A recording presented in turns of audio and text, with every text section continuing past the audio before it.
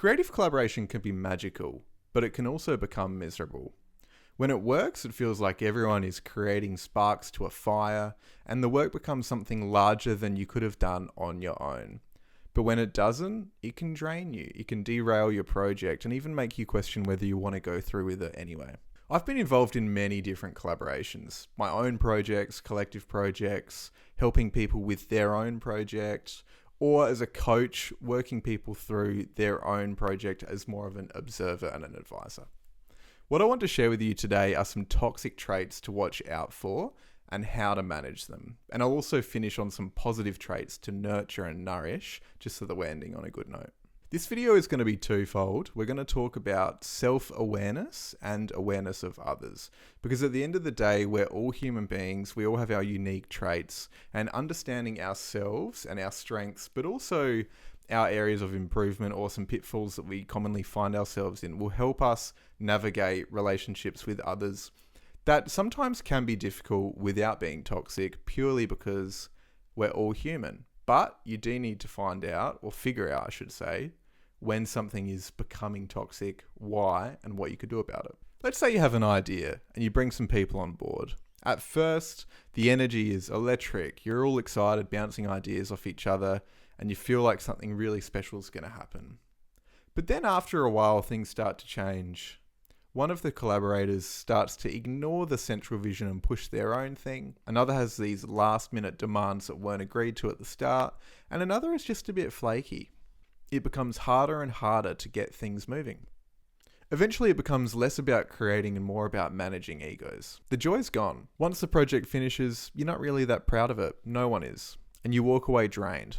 This is what happens when you allow toxicity to enter creative collaborations. They don't always arrive loud and obvious. They can be quite subtle. But if you don't spot them early, you can't manage them out. Let's talk about self-awareness. Because collaboration isn't just about who you work with. It's about yourself, what you tolerate, how you tolerate things, how you deal with things, where you bend too far, and how you communicate your boundaries. Ask yourself things like, do I ignore red flags because I want the project to succeed at any cost? Do I overextend myself and then feel resentful? Do I clearly communicate my vision, or do I expect people to read my mind? How much are you willing to back yourself? What areas do you actually want collaboration in, and what areas do you want someone to follow your vision fully? Self-awareness is a bit of a compass. If the process no longer feels joyful, if you're feeling disrespected, or the end product isn't really aligned with your vision, those are signs that you might need to recalibrate how it is that you are interfacing with other people. So here are a few of the red flags that I've seen and why they happen. The first is called vision hijacking. If in this creative project there is one central creative force who sets the direction, but then you have someone else constantly trying to enforce their own vision, or who seems to have a lack of respect for the vision, this would be vision hijacking. Often it comes from either a place of insecurity or a desire for control, but it's really important to remember that if you're bringing someone into your project, you shouldn't be outsourcing that control to someone else. So you need to set boundaries early, and if they can't align, don't work with them. The second is ego-based versus vision-based collaboration, which is kind of similar to the vision hijacking. Ego-based collaborators only focus on how their part of the collaboration works, looks, sounds, or comes across. They can't see the bigger picture. There's a dog barking in the background. Vision-based collaborators trust the central vision and work to serve the art itself. So the key distinction here is trying to impose your own vision onto something and only focusing on what you're contributing, versus trusting the vision and trying to serve the art itself. To manage this, reflect on how creative conversations go. Is it about the vision, or is it about the particular person's part that you're talking to? The third is called process poisoning. Creativity is all about the process. The joy is in the work, as people say. If the process starts to feel worse, not better, I don't know that that's such a good thing. If you're feeling drained from it, people will say that some sort of creative friction creates a better product in the end, but only if you do feel like there is a better product in the end afterwards. So it does take time and practice. Reflect on, is this process aligned with what I actually want? Every project's different. The fourth is around labor, money, and credit mismatch or confusion. So being really upfront at the start about your expectations around financial contributions or credits is really important, because the central creator may have put in many unseen hours and energy. Be transparent upfront about the work, investment, and credit, and stay true to that. The fifth is called promises and hostages, because I don't have a better name for it. This is where actions don't really match what was promised. Perhaps midway through a project, things change, there are further demands, or the art is held hostage until you meet those demands. Watch out for inconsistencies and don't give in to escalating demands, which can be quite subtle and hard to do, so constantly reflect. Now, this one's actually for you as the central creator. Setting clear expectation. Lack of clarity might make a collaborator feel used rather than valued, and so that's why you need to set expectations up front. This is sort of a flip on the last one. The next one is a term that my friend told me called godding. This is where someone already feels like they know what the final product is going to be, and they work towards that alone, disregarding the collective vision.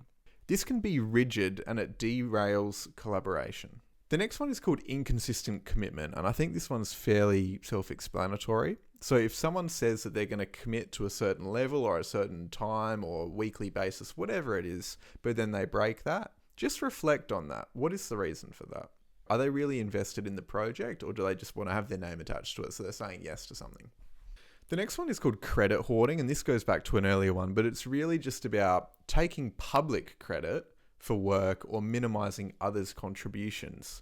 So the way that you want to manage this is by making contributions visible up front and being really clear with that. The next one is called passive aggression, otherwise known as silent sabotage. Missing deadlines, dragging feet, quiet resistance. The way you manage this is through open communication and accountability. The next one is drama and emotional volatility. Emotional storms can drain energy, and part of that creative tension or friction thing can be that some emotional instability might actually work in the project, but you really need to reflect on whether you can actually hold that energy or whether you need to step away. The next is scarcity mindset. This is really around whether we see the project as competition for resources or attention, and trying to see the project as, a stepping stone towards fame or success in the future rather than just creating the best possible thing. Possessiveness appears as making you feel like you must keep working with them or the project will fail. Tactics might include claiming the project isn't good without them, or positioning themselves as a gatekeeper to other people, networks, or organizations. This is really common with coaches or producers or teachers. A good teacher will work with you to self-actualize. A toxic teacher will make you think that you're only going to be successful if you work with them indefinitely. And, maybe they can help you, but if they're not really fulfilling their promises, then that's not very positive. Reflect on why someone is working with you, if it's for the project or if it's to keep you around for money. Reflect on whether the collaboration is abundant. Within a project, everyone should grow so that the project expands and people expand too. This last one is sort of tied into the previous, which is called the stepping stone mentality. And this is where people primarily are involved in a project as a stepping stone to boost their own career. Because of this, collaborations might be self-serving and feed into all of those different toxic traits that we've already spoken about, rather than a genuine commitment to this particular project itself. So why does this happen? A lot of toxic traits come from an insecurity, from ego, lack of trust, craving for validation, or a self-centered career mindset. But creative work is deeply tied to identity, which makes it very tricky and different to a lot of regular work. People will grab onto recognition or control, which doesn't necessarily make them a bad person, but it means that you need to set boundaries, be really clear, and communicate effectively. That is essential. As I said before, we're all unique humans with our own personalities. Some people you'll be able to work with and others not. So some red flags can obviously be worked through if there's an openness to dialogue. A person who struggles to see the big picture may learn with guidance. But if a collaboration turns manipulative, draining, or undermines your work consistently, it's probably healthier to step away because your creativity is worth protecting. So I think it's fair if I reflect on myself. In the early days with creative collaborations, I didn't really have my own thing. I was stepping into other people's projects to help them, And because I'm such a creative person, I always wanted to do more. And I had to learn through working with people who are really effective communicators and just good people where my place was in that particular project. And then from there, I learned what I actually want to be involved in and how I can go after that as well. At the moment, I've got quite a healthy balance between things that are only mine, things that are more collaborative, and projects that I step into to help someone else. Here are the positive traits that you should embrace, nourish, and nurture. An art-first perspective. Decisions serve the work, not the ego. Respect for the vision. Trusting the central vision even if it's not fully grasped. Positive change suggestions. Enhancing the project without derailing it. Desire to contribute. Genuine enthusiasm for involvement. Reliability and consistency. Showing up, delivering, and meeting deadlines. Being professional. Humility. Stepping back when another idea is seen to be better by the collective. Flexibility and adaptability. Rolling with the project's evolution. Emotional regulation. Being able to handle stress without causing chaos. Generosity of spirit. Sharing credit, knowledge, and encouragement. Joy and playfulness. Making the process fun and inspiring. Now let's imagine another project. Everyone's keen, they show up, they respect the central vision, there's a playful attitude, people make suggestions on ideas and expand on them when they work, but don't worry when they don't. People are consistent, they offer constructive feedback, and celebrated everyone's contributions. Challenges arose, of course, but the process was fun and positive. The final product was stronger than anyone could have made on their own, and everyone felt happy about it. Everyone left the project feeling proud, respected, and importantly, creatively fulfilled. That's the magic of collaboration done right. Not just great art, but a process that energizes and inspires. At the end of the day, collaboration is a learning process. You get better by doing that, myself included as I reflected. The more you understand yourself, communicate clearly, and protect your boundaries, the more you will attract the right people. When you find collaborators who are art first, respectful, generous, and consistent, nurture those relationships. That's where the magic comes alive.